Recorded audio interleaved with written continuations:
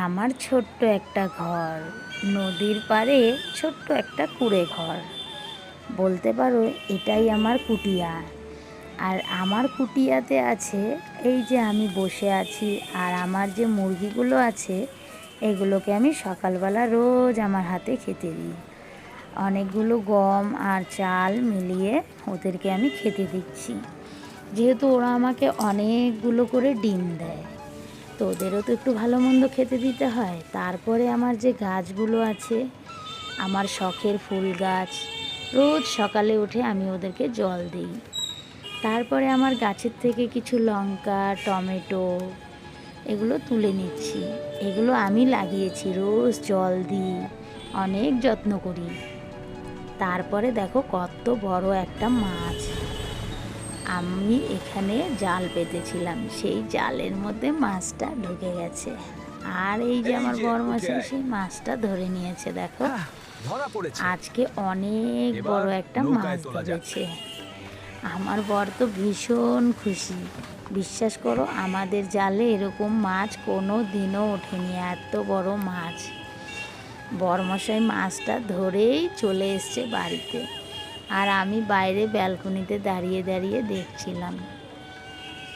আমি তো মাছটা দেখে অবাক হয়ে গেছি, এত বড় একটা মাছ। চলো চলো চলো বড়মশাই, মাছটা তাড়াতাড়ি কাটো। মাছটা এখন কাটবো। কেটে নিয়ে ভাবছিলাম আজকে একটু গরিব বাচ্চাদেরকে খাওয়াবো, সেই কারণেই আজকে মাছটা ধরতে বেরিয়েছিল বড়মশাই। তারপরে রান্নাঘরে চলে গেলাম, টুকরো টুকরো করে দেখো টমেটোগুলো কেটে নিয়েছি, পেঁয়াজ কেটে নিচ্ছি, এগুলো রান্না করে নিয়ে যাব। তারপরে দেখো কত বড় একটা মাছের পিস, বড়মশাই এই মাছটা আমার জন্য এত বড় করে কেটেছে। যাই হোক, মশলা দিয়ে মাছটা একদম রান্না করলাম, কি দারুণটাই না লাগছে দেখতে বলো। আর যে বাচ্চাগুলোকে খাওয়াবো তাদের জন্য এই যে টিফিনগুলো রেডি করছি। এই যে টিফিন বাটিগুলোর মধ্যে দেখতে পাচ্ছ, সবার জন্য অল্প অল্প করে খাবার দিচ্ছি। জানো তো, অনেক দিন ধরে আমার এই ইচ্ছাটা ছিল, ভগবান আজকে আমার এই ইচ্ছাটা পূরণ করেছে।